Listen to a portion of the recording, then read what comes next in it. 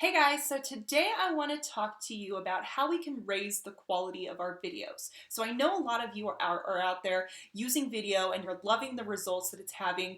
You're using it to help market your business and build more deeper connections with your database, with your communities on social media. So let's talk about some things that we can do to help really elevate the quality, because I know a lot of you are wondering, do I need to invest in hiring a videographer if I'm going to get serious about this, or do I need to buy a really fancy schmancy camera?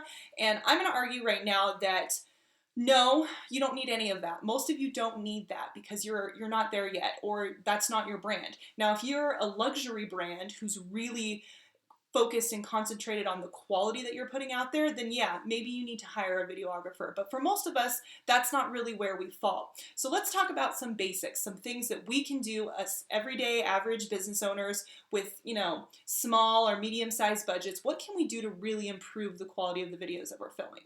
So I would say that there's 4 things that are going to have a really positive impact when it comes to video.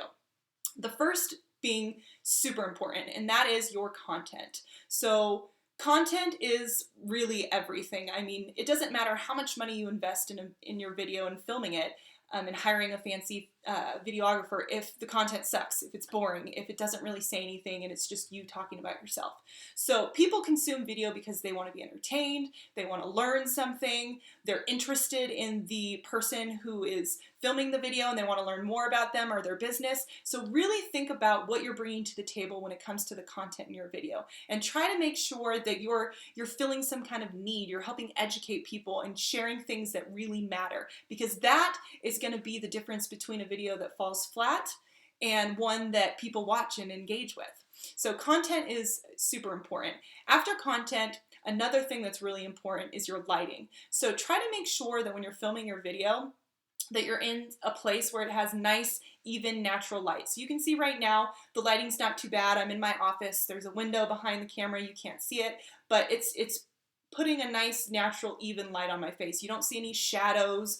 The sun's not beating down on me. That's another thing. Filming outside can be very tricky, so you're going to want to make sure that you're watching the times of day that you film outside. The middle of the day is not good, and then too late in the day is not good because there's not enough sunlight. So I would say anytime like around the 3 to 4, 5 o'clock hour, those are some good times to film outside because you're going to have a lot more even light. But just be mindful of that. Watch out for that. Make sure that you test it and you don't have, like I said, any funky shadows or anything like that going on.